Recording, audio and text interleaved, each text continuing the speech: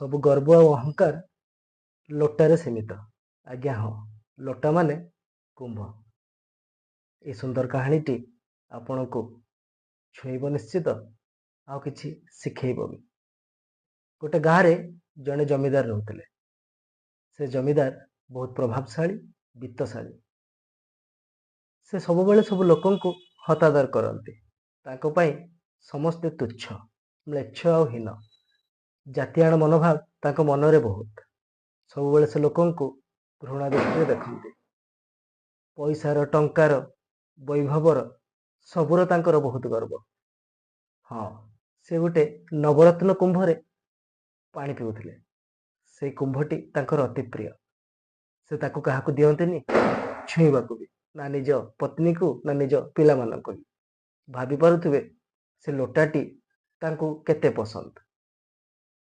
ଆଉ ଗୋଟେ ବହୁତ ମଜାର କଥା ହେଉଛି, ଲୋକମାନଙ୍କୁ ସିନା ନୀଚ ଭାବନ୍ତି, ଛୋଟ ଭାବନ୍ତି, ଗରିବ ଭାବନ୍ତି, କିନ୍ତୁ ସେଇମାନେ ପରସି ଦେଲେ ଖାଇଦିଅନ୍ତି, ରାନ୍ଧିଲେ ଖାଆନ୍ତି, ତାଙ୍କର ଲୁଗାପଟା ସଫା କଲେ ପିନ୍ଧି ଦିଅନ୍ତି, ଚୁଟି ବି କାଟନ୍ତି, ଆଉ ସବୁ ପ୍ରକାରର ଘଷା ମୋଡ଼ା ସବୁ କରନ୍ତି। ଏସବୁ ସରିଗଲା ପରେ ସେମାନେ ହେଇଯାଆନ୍ତି ନୀଚ, ମ୍ଲେଚ୍ଛ, ହୀନିମାନ, ଗରିବ। ଗରିବମାନେ ସତେ ଅବା ତାଙ୍କ ଆଗରେ କୀଟ ପତଙ୍ଗ। ଦିନକର ଘଟଣା।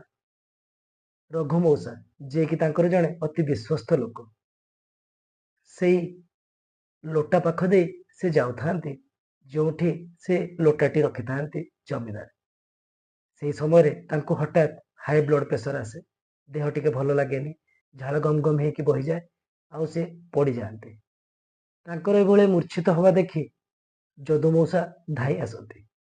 କୁହନ୍ତି, ପଡ଼ିଗଲ ରଘୁ ମଉସା, କ'ଣ ହେଲା? ଛାନିଆ ହେଇ ପଡ଼ନ୍ତି। ତାକୁ ଉଠାଇବା ପାଇଁ ଚେଷ୍ଟା କରନ୍ତି। ବାଧ୍ୟ ହେଇ ସେ ଲୋଟାଟାକୁ ନ ଜାଣିପାରି ପାଣି ମୁନ୍ଦେ ତାକୁ ପିଆଇ ଦିଅନ୍ତି। କିଛି ପାଣି ତାଙ୍କ ମୁହଁରେ ଛାଟି ଦିଅନ୍ତି।